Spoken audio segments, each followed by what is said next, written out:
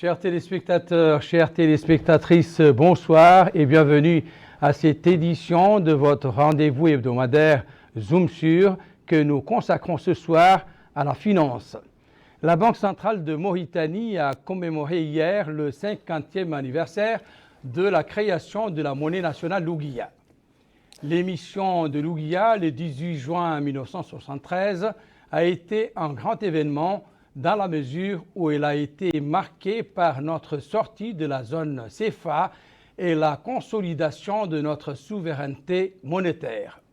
La célébration de cet anniversaire est l'occasion de rappeler que la sortie de l'Ouguiya a été accueillie, on s'en souvient, par deux chansons écrites par feu Mohamed Ould Ibrahim. La première, Ya Ouguiya, interprétée par feu Sidati Oulab, et la seconde, Yennas Chauveau Amletna, interprétée par l'Orchestre national avec Hadrami Oul Mouiddah. Hier, la BCM a mis en circulation un nouveau billet de 50 Ouguiya, lequel sera présenté sur 3 supports différents que nos invités ne manqueront pas de vous expliquer. Pour commenter cet événement, nous avons invité sur ce plateau M.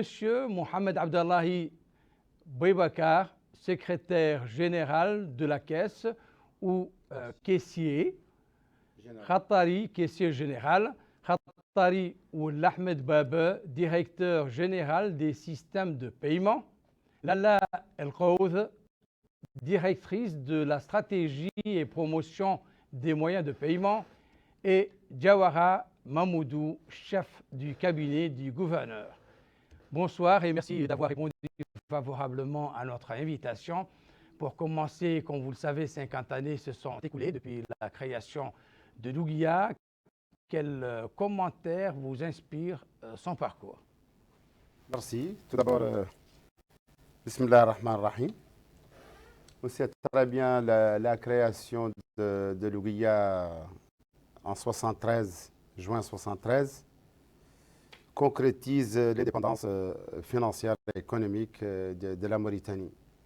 Donc la Mauritanie, notre pays, devient acteur et meneur de sa propre politique économique et monétaire. Et,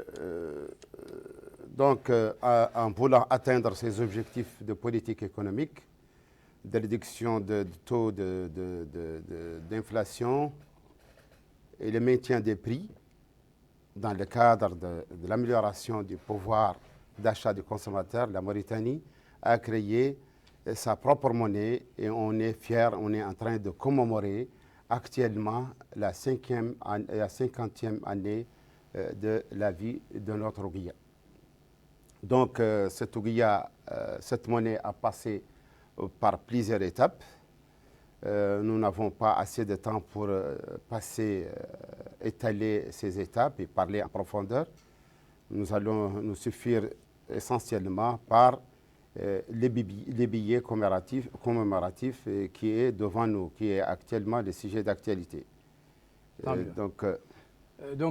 Monsieur Khatari, avec vous, est-ce qu'on peut avoir une idée des mesures qui ont été mises en œuvre pour améliorer le système de paiement RTGS et ATS? Merci. Comme vous le savez, la Banque centrale, parmi les principales missions de la Banque centrale, c'est le développement du système de paiement. C'est pour ça que nous sommes en train de mettre en place le système ATS, qui est un système de paiement, système de transfert automatisé, qui est un système de paiement qui permet d'échanger entre les banques, en échange automatique entre les banques des moyens de paiement de manière automatisée et de manière sécurisée. Ce système, justement, permet de renforcer la confiance en la monnaie à travers le développement et la modernisation des moyens de paiement, mais aussi il permet d'avoir une meilleure maîtrise du risque systémique et de renforcer la stabilité financière. Le système qu'on est en train de mettre en place est composé de 3 composantes. La première composante, c'est un système de règlement en temps réel, brut en temps réel, c'est le RTGS, un système connu dans les banques centrales. Il permet une meilleure gestion de la liquidité, il permet aussi le transfert en temps réel des montants importants entre les banques de manière sécurisée et de manière efficace. La deuxième composante est la télécompensation. Donc c'est un système qui permet un échange électronique entre les banques, donc qui permet aussi l'efficacité de la compensation à travers la dématérialisation des moyens de paiement. La troisième composante est un dépositaire centralisé qui permet une meilleure maîtrise de la liquidité par les prêts interbancaires et intrajournaliers. Donc ce système ont deux catégories de participants. Des participants directs qui sont composés par les banques commerciales agréées par la Banque centrale, en plus de la Banque centrale.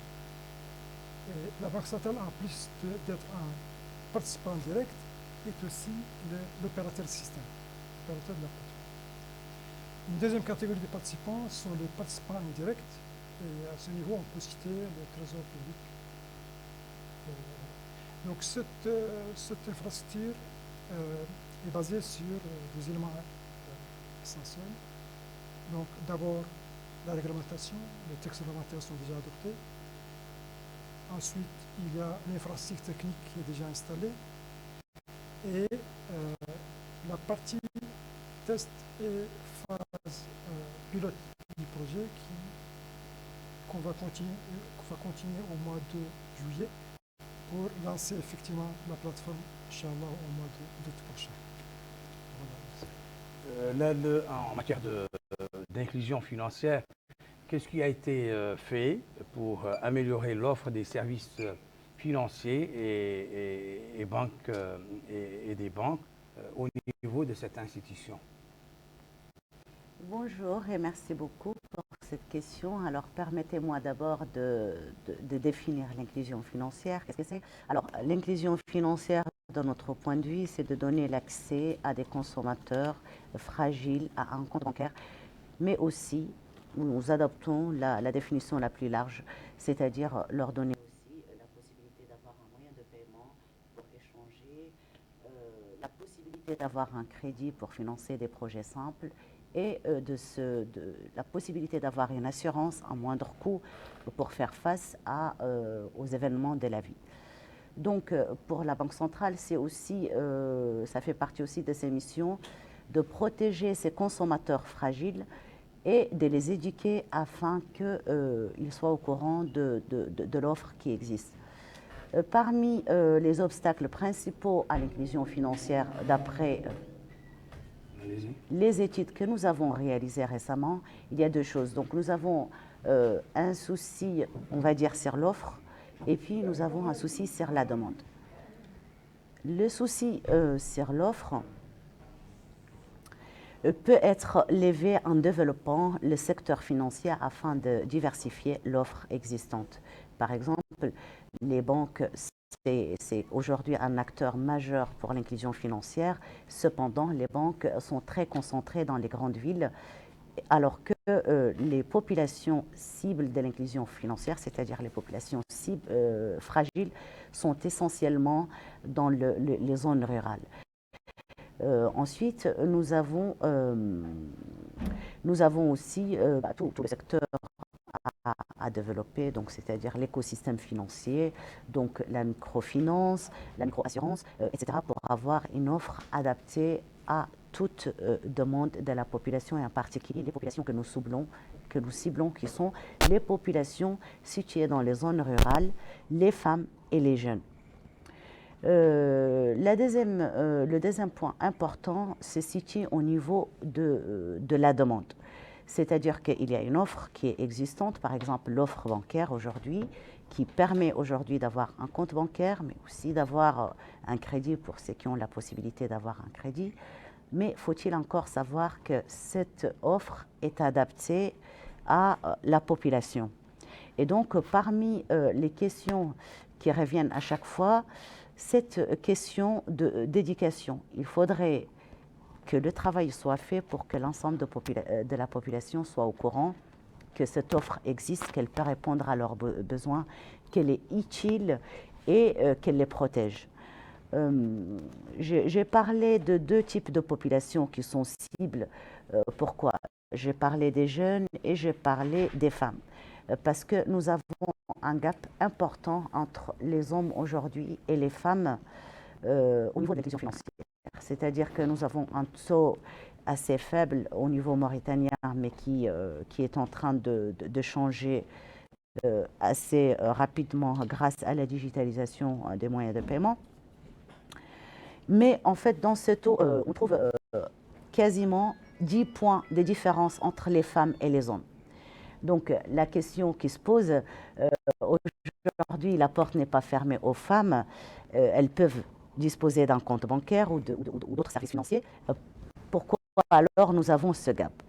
Donc si nous avons aujourd'hui ce gap entre les femmes et les hommes, c'est aussi parce qu'il y a une manière de parler aux femmes, il y a une manière de les attirer. Donc il faudrait aussi, côté offre, qu'on développe les produits spécifiques pour attirer les femmes et pour augmenter leur taux d'inclusion financière. Donc notre travail tourne autour de ces segments. Nous avons réalisé pas mal de travail sur l'inclusion financière parce que nous avons fait un vaste diagnostic de l'inclusion financière. Donc nous avons analysé l'offre, nous avons analysé la demande et nous avons entamé la réalisation de la stratégie nationale d'inclusion financière.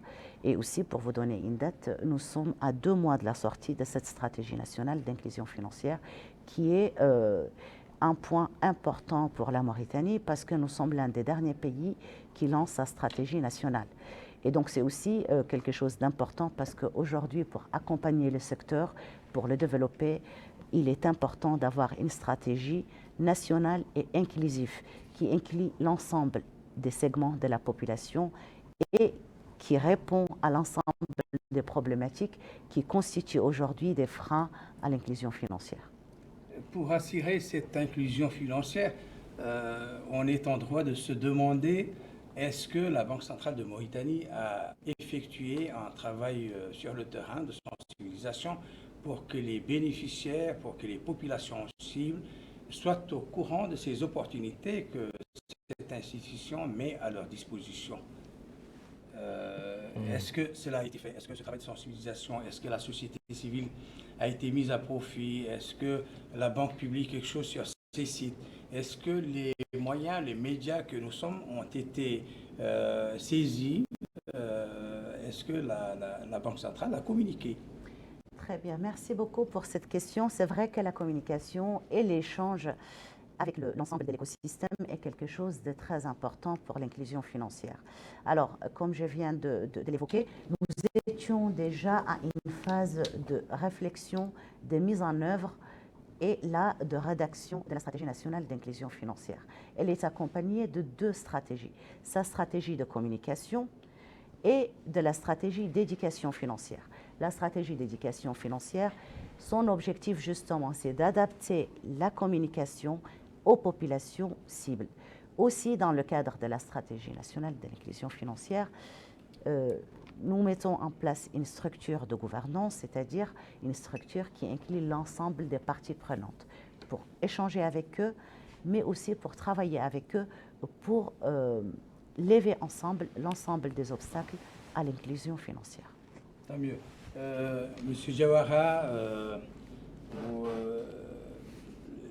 nombreux sont ceux qui pensent que la BCM doit moderniser ses outils de production, notamment son réseau informatique. Un tel projet est-il du moins envisageable? Est-ce que la Banque centrale de Mauritanie pense à perfectionner ses outils et ses moyens de travail? Merci beaucoup pour cette invitation et permettez-moi d'abord de saluer vos téléspectateurs et vos téléspectatrices et vous remercier pour cette occasion que vous nous donnez pour échanger avec ce que la Banque centrale fait. J'aurais aussi une pensée à tous les cadres de la Banque centrale, ceux qui sont en actif, ceux qui sont à la retraite, ceux qui sont de ce monde, ceux qui ne sont plus de ce monde. Et à ce titre, nous profitons de cette occasion où nous célébrons 50 ans de l'UGIA, 50 ans de la Banque centrale, pour présenter nos condoléances les plus attristées à la famille de notre collègue qui vient de nous quitter. Si la Banque centrale fête aujourd'hui 50 ans de l'UGIA, c'est parce que toutes ces personnes-là ont, à un moment donné de leur vie, contribué d'une façon ou d'une autre à ce que la Banque centrale ou à ce que l'UGIA soit là où il est actuellement. Je voudrais juste dire que tout ça, tout ce qui est en train d'être dit ici, s'inscrit dans une stratégie globale. Ce dont mon collègue Khatari parlait tout de suite, ou le caissier général, tout ça fait partie d'une stratégie globale qui a été pensée, une stratégie sur 3 années, 2022-2025, qui s'appuie sur une vision qui est de faire de la Banque centrale une banque centrale qui a la confiance du public, le respect des pairs, mais aussi qui a un environnement de travail épanouissant. Alors c'est dans ce cadre qu'on a défini tous ces projets-là, on a lancé tous ces projets-là. Il y a un projet d'abord qui porte sur la réhabilitation du bâtiment. Il a 50 ans lui aussi. Il fallait le moderniser. C'est l'occasion d'en parler, oui. Il fallait le moderniser, ce qui a été fait. Aujourd'hui, je vous ai vu tout à l'heure faire un tour à la banque avec des caméras. J'espère que vous allez montrer aux auditeurs, aux téléspectateurs. Nous avons aujourd'hui des locaux neufs. Un grand chantier. Avec des outils modernes. Que ce soit des ordinateurs ou des bureaux, aujourd'hui, on a tout ce qu'il faut pour faire notre travail dans les meilleures conditions. Avec des systèmes de sécurité, pour les sécurité physique, sécurité informatique, nous avons essayé de mettre à niveau le bâtiment. Tout à l'heure, Khatari parlait du projet de modernisation de l'infrastructure du système de paiement. Nous avons des projets pour la modernisation et l'automatisation des données, des projets pour mettre en place un core banking system, un projet pour la gestion intégrée du budget et son exécution décentralisée. C'est tout un ensemble de projets.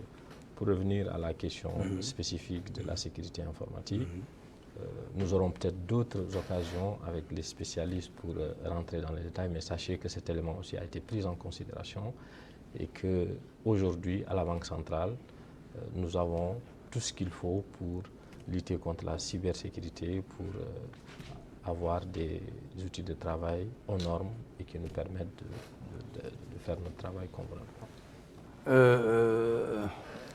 Donc on le sait, moi je l'ai dit dans l'introduction, la modeste introduction, le billet de 50 MRU a été mis en circulation aujourd'hui.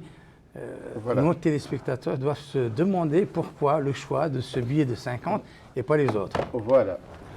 On va parler de ce billet commémoratif. On a choisi le billet de 50 pour plusieurs raisons. Premièrement, parce que nous avons 50 ans à célébrer de la vie de l'Uguié et nous avons choisi les billets qui circulent le plus. Pourquoi? Et donc, sa mobilité est très grande et on l'utilise à grande échelle.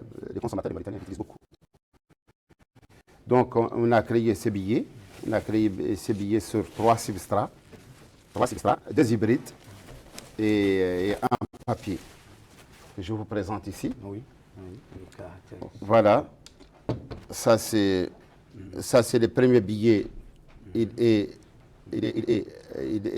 hybride.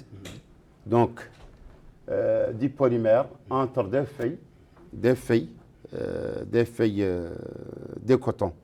Des feuilles de coton. Et au niveau de ce substrat, c'est purement du coton. C'est du coton pur et simple. Et le troisième substrat, c'est une feuille entourée, voilà, entourée de deux feuilles fines de polymère. Bien entendu, nous avons élaboré un cahier de charges qui respecte toutes les caractéristiques d'un billet moderne qui perdure et qui présente des caractéristiques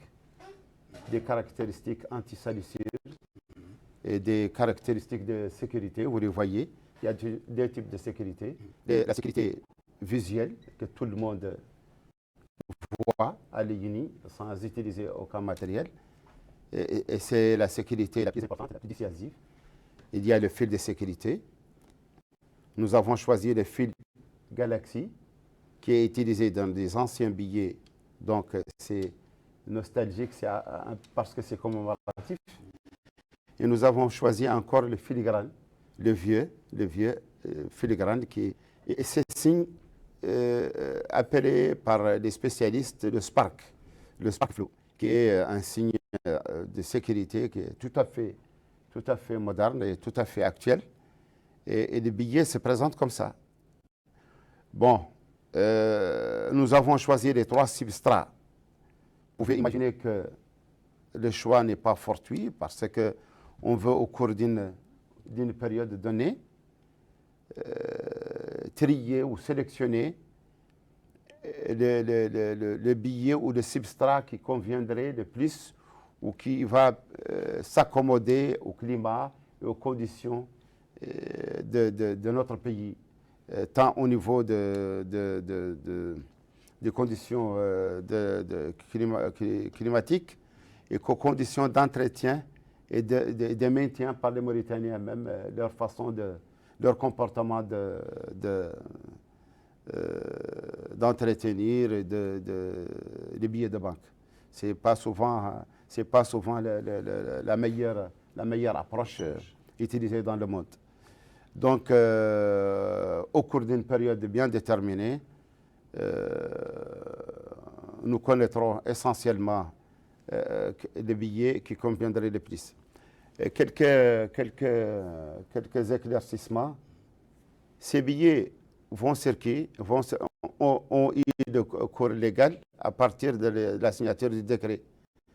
Le 16, le 30, le 18, auront un cours légal le 18/6/2023, à l'entrée en vigueur du moins. Il y a le fil, malgré que vous voyez que la disposition du fil n'est pas toujours identique sur les 3 substrats, mais il s'agit toujours du même billet. Ça, c'est un fil où il traverse une partie polymère. Donc, on ne le voit plus à partir de cette période, cette partie, on ne le voit plus, mais c'est toujours le même billet. Bon. Dans notre côté, on va parler de notre grand projet de gestion fiduciaire. Nous avons... Juste avant d'en parler, est-ce que toutes ces précautions que vous venez d'énumérer vont garantir de mettre à l'abri le nouveau billet de la falsification? Tout à fait. Tout à fait. Il y a 3 niveaux de sécurité sur ces billets. Il y a les éléments de sécurité visuelle que tout le monde voit, ici et ici et ici. Mais il y a encore ce qu'on appelle la taille douce. Quand on parle le billet, on sent que c'est une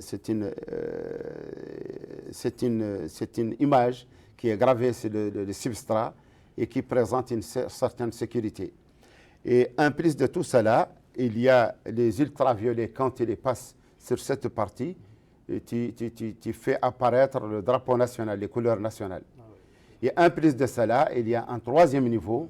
C'est ce qu'on appelle le 3e niveau. Il diffère suivant l'imprimeur. Un fichier pour les Allemands et NAOS pour les Obertir.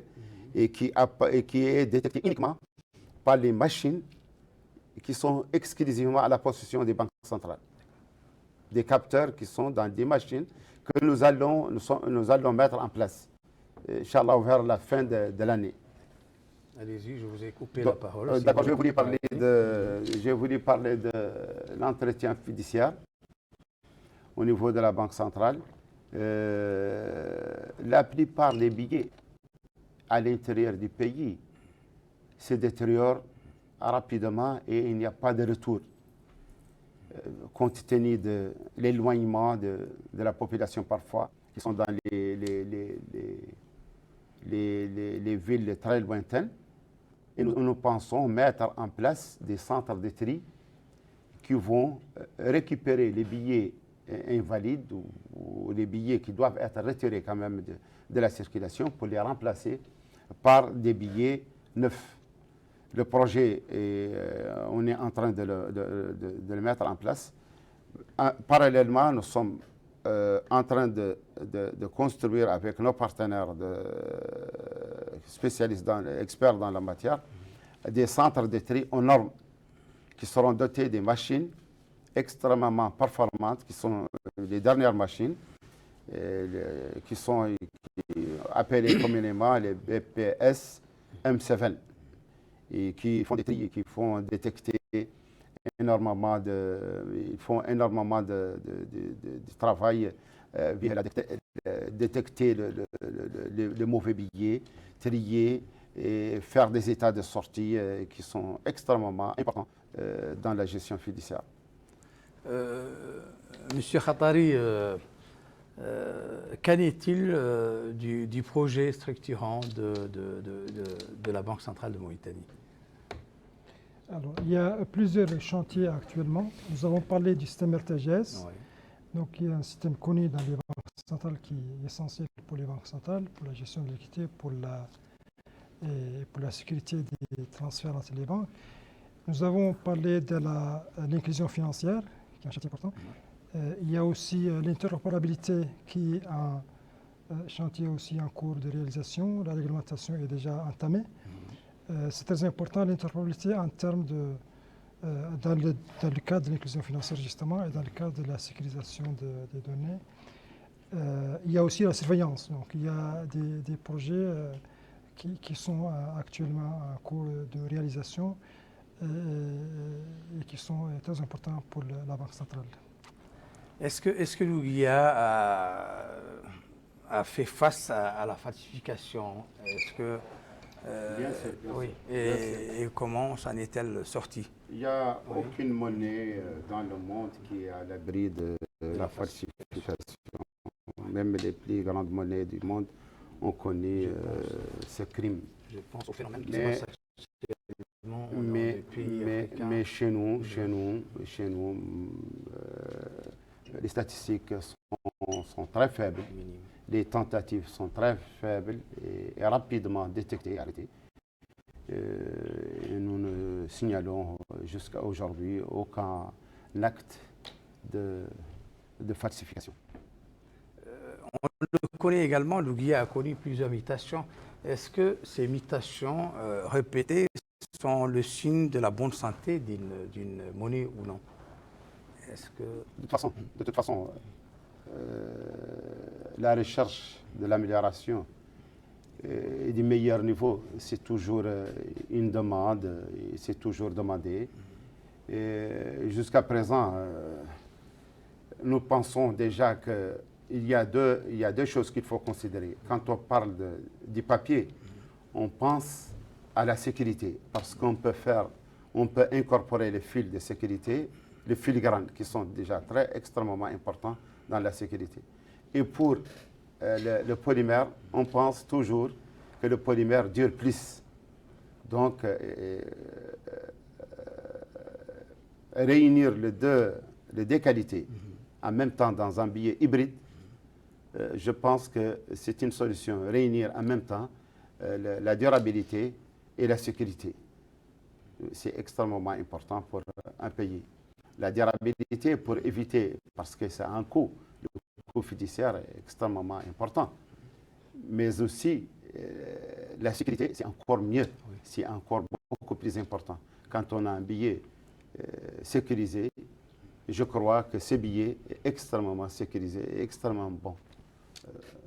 Vous le saurez, Inch'Allah, dans les jours à venir. Oui, c'est l'occasion également. Allez-y, Jawahar. Oui, comme je disais tout à l'heure, tout ça s'inscrit dans une stratégie globale et bien étudiée.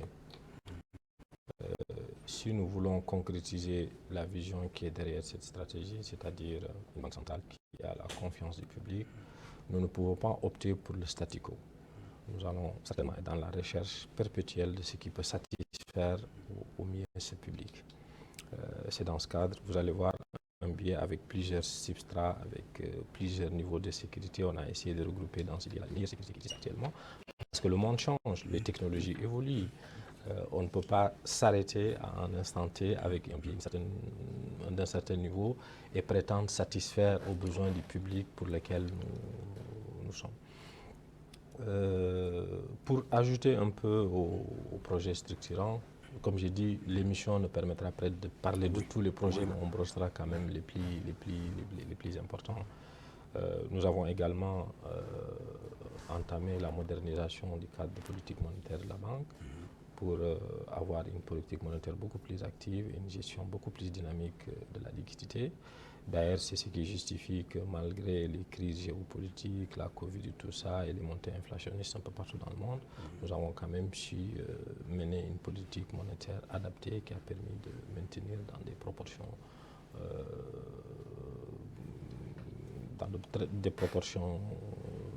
adéquates notre taux d'inflation. Ça a été salué par le FMI, ça nous a valu même des distinctions à l'étranger pour saluer cette dynamique et cette politique monétaire proactive. Nous avons entamé aussi la mise en place d'une plateforme de marché de change, qui permettra de passer à un marché de change que nous avions depuis 2007, qui ne répond plus aux attentes, c'est-à-dire aux objectifs d'une gestion des réserves efficiente et un taux de change qui découle des forces du marché et qui favorise un marché interbancaire de change. Nous allons pour plus de transparence et pour répondre aux normes internationales, implémenter des normes IFRS. Au niveau de la supervision bancaire, nous avons opté pour une supervision bancaire qui utilise des moyens modernes, des moyens qui permettent de faire une supervision beaucoup plus efficace, beaucoup plus efficiente. Dans le domaine de la lutte contre le blanchiment d'argent, la conformité, nous avons une conformité technique, tout ce qui est requis pour avoir une conformité technique, les outils, nous les avons. D'ailleurs, la Mauritanie assure la présidence du GAFIMOAN. Très prochainement, la Mauritanie va recevoir la plénière du GAFIMOAN. Donc, c'est beaucoup de projets. On n'aura pas peut-être le temps de tout étaler, mais on pourra quand même brosser. Connaissant un peu le gouverneur de la Banque centrale, de projets ambitieux au niveau de cette institution, mais malheureusement, il y a eu le débordement du journal en arabe. Et le temps imparti à cette émission se voit réduit. Mais qu'est-ce que peut ajouter dans le cadre de la digitalisation de la Banque centrale de Mauritanie? Merci beaucoup pour cette question. Alors, juste pour en revenir un petit peu sur cette question d'adaptation et de changement dans la durée, je pense que la Banque centrale doit toujours apprendre les nouvelles technologies de par sa mission de régulateur. Donc, nous sommes le régulateur du secteur, on doit le comprendre. Et pour comprendre, il faut aussi évoluer avec le temps. Je pense que toute chose qui n'évolue pas et qui ne s'adapte pas est tout simplement vouée à l'échec. Donc aujourd'hui, on parle de la monnaie fiduciaire parce qu'elle a 50 ans, mais nous sommes en train de travailler sur la digitalisation et ce, sur plusieurs projets. Donc nous sommes en train de développer les fintechs, de les accompagner. Aussi, l'interopérabilité, le projet national d'interopérabilité est en cours. Nous travaillons sur un sandbox pour créer un environnement pour le développement technologique. Nous explorons le CDBC qui est extrêmement important, qui est la monnaie digitale des banques centrales et qui est très importante. La monnaie fiduciaire, je parle sous le contrôle de mes collègues, est quelque chose d'important, mais c'est quelque chose de coûteux. Son entretien coûte extrêmement cher. Et donc, nous sommes dans l'ère du digital, nous sommes dans l'ère de l'inclusion financière, de l'échange rapide, et nous devons absolument prendre ces virages, sinon nous aurons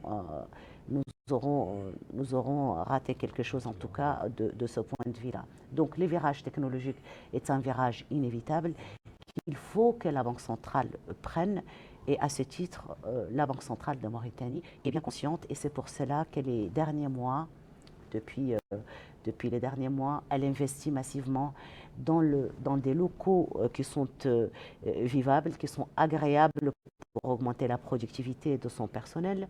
Elle s'investit dans la formation du personnel parce que ce sont des nouvelles technologies et donc il faut que chaque banque centrale aussi forme son personnel et qu'elle soit à ses côtés pour pouvoir accompagner. Elle régule, et donc dans ce cadre, elle a régulé les moyens de paiement classiques, mais aussi les moyens de paiement digitaux. Et l'année dernière a connu le lancement de 4 instructions et juste avant, une loi sur justement la partie moyens de paiement. Et donc, elle continue en fait à travailler sur son cadre réglementaire. Elle continue à apprendre et à monter en compétences sur les nouvelles technologies justement pour répondre à sa mission qui est le régulateur, mais aussi l'opérateur des systèmes nationaux. Et que pensent les cadres d'une institution très connue que la BCM, que vous êtes, de la monnaie virtuelle, des crypto-monnaies? Est-ce que notre banque est... Comme ma collègue Lelle vient de dire, c'est un virage qu'il faut prendre. Et il faut le prendre à temps. La monnaie digitale Banque centrale, c'est un sujet, un thème d'actualité. Nous sommes en train de l'amorcer avec Lelle et son équipe, nos partenaires. Nous sommes dans c'est le bon chemin. Parlant de... Moi, je voulais attirer l'attention sur toutes ces réformes et tous ces projets structurants qui ont été engagés depuis une année et quelques à la Banque centrale, ont été favorisés surtout par un climat d'ambiance, parce que moi, quand même, plus ma fonction de caissier général, j'ai une casquette syndicale et que je ne peux jamais oublier. Quand même, il y a une certaine ambiance et un certain apaisement du climat social, une amitié, une sincérité et au niveau du personnel et qui favorise quand même la rentabilité et le travail à fond. C'est donner le meilleur de lui-même. Le cadre est en train de trouver le cadre adéquat tant au niveau de ses droits accordés sans problème, au niveau de ses bureaux, de son entourage, son environnement, au niveau du matériel utilisé et de sa sécurité, et au niveau de sa formation. J'aimerais dire que toutes les politiques qui ont été entreprises par la Banque centrale ont connu un succès.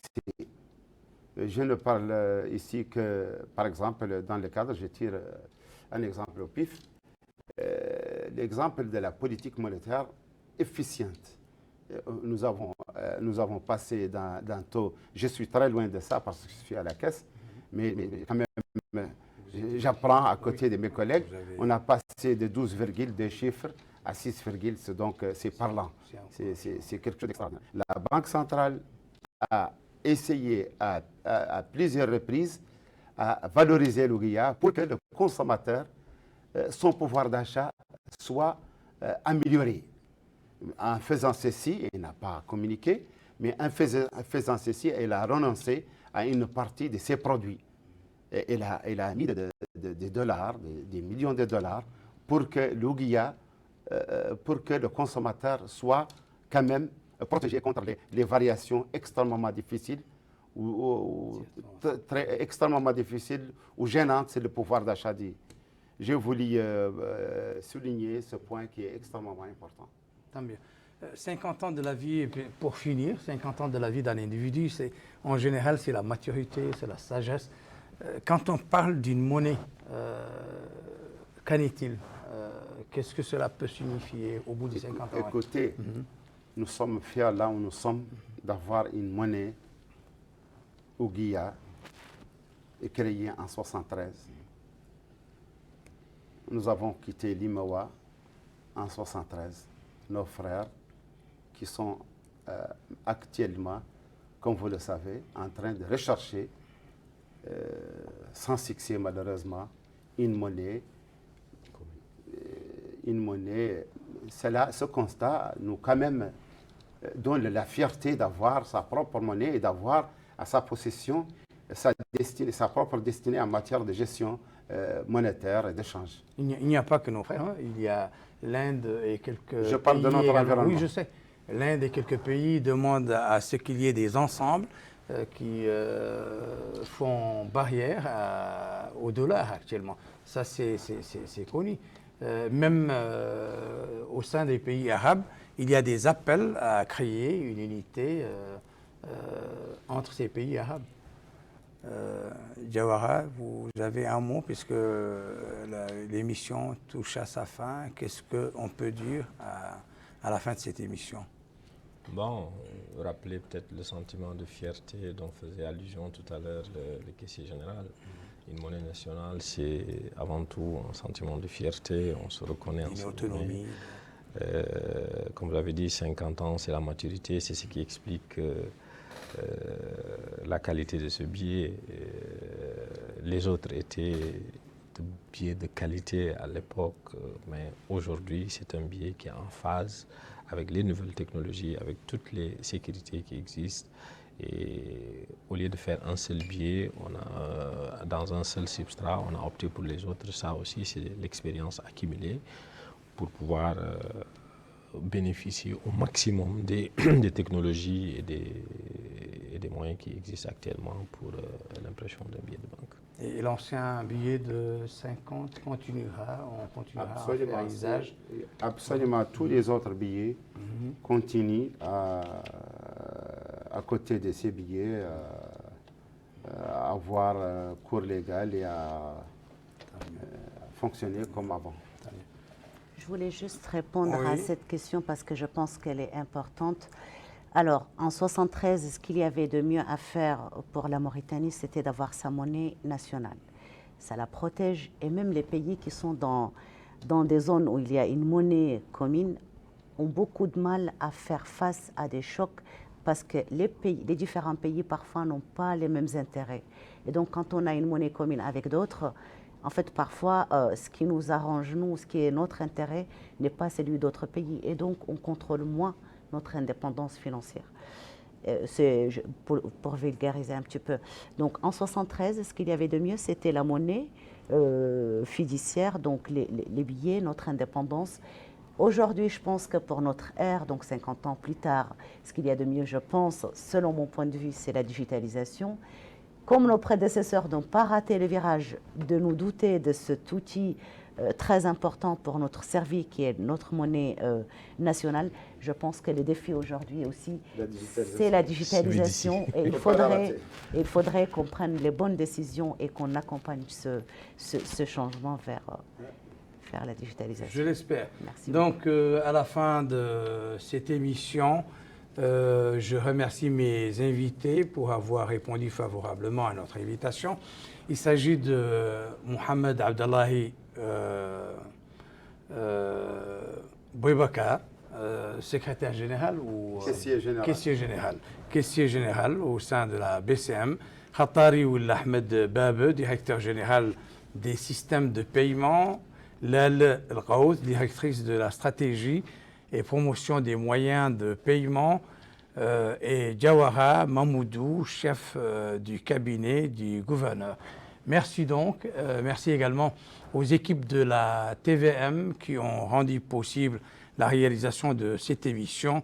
Et merci, un grand merci aux téléspectateurs et téléspectatrices d'El Mauritania et très vivement pour un nouveau numéro de Zoom Sur. Au revoir.